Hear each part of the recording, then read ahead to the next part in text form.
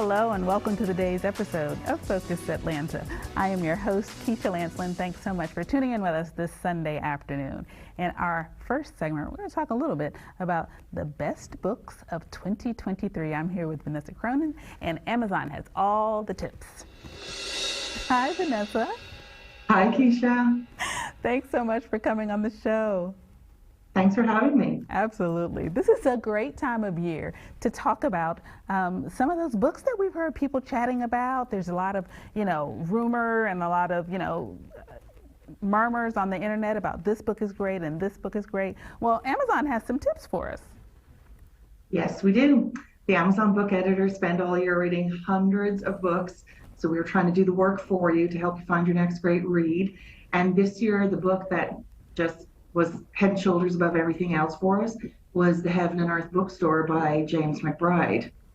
Wow. Okay.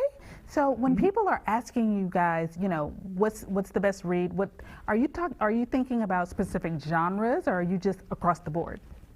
We're across the board. The Amazon book editors read everything, and we, for best books of the year, in addition to picking a top 10, we've actually picked an entire top 100, and we've sorted it by category. So if you're a mystery reader, there's a mystery category, there's romance, nonfiction, history, kids, and within kids, we've sorted it by age range. So there is a book literally for every age and type of reader on our best books of 2023 list.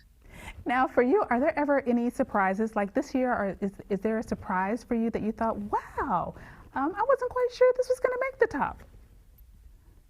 Well, one of those surprises was Small Mercies, which was on our best books of the year so far list, but ended up outpacing itself for best books of the year by ending up being our top mystery pick.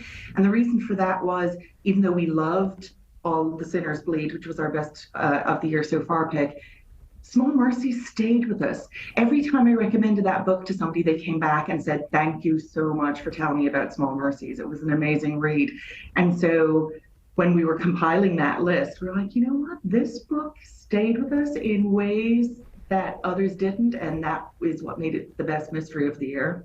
Oh, I love it. I love it. Now, okay, of course, from the outside looking in, this has got to be the best job ever. So are you ever though overwhelmed by the options? Sometimes, but that's the great thing about having a team of book editors is we all read, we tell each other, you need to read this one, it's amazing. And so we're in it together, and we all love to read. We have over 100 years of book publishing experience between us. So it's a good problem to have, having too many books to read. I'll take that problem every day. I love it. I love it. I could totally see that. I was just curious because it seems like it's the best job on earth.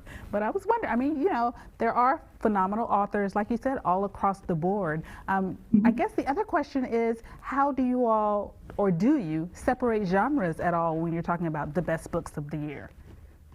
We do and we don't. I mean, the editors are readers first and editors second, so we understand that people read for lots of different reasons, for escape, for comfort, for entertainment. And so we try and make sure that the books that make it onto the top 100 list, which, by the way, you can check out for yourself at amazon.com/best books 2023. We try and make sure that there are books for all kinds of readers. So we will say to ourselves, do we have enough science fiction? Do we have enough romance? We want to make sure that all kinds of authors and stories are represented, and that, as I say, all kinds of readers will find at least one book on that list that they're like, yeah, that one's for me. Absolutely, absolutely. And for some of us, like you said, we read for different reasons at different times sometimes, you know what I mean? Certain times of the year is for complete escapism, and other times it's more, reflection or something like that we're looking for. So it's nice Exactly. it's nice to have that across the board that you guys do. So we have our pick of the litter. Yes, pick of several litters. There's a lot of categories, a lot of different kinds of books. Like I say, everything from a serial killer book to a beautiful book about immigrants building community. There's something for every reader on this list. I'm pretty confident. I love it. Okay, well, you've given us the website, but let's close out with it one more time so everyone knows where to go to find the favorite picks. You'll find it at www.amazon.com/bestbooks2023. Thanks so much for making time for us today. It was good to meet you. Thanks, Keisha. Thanks for having me. Absolutely.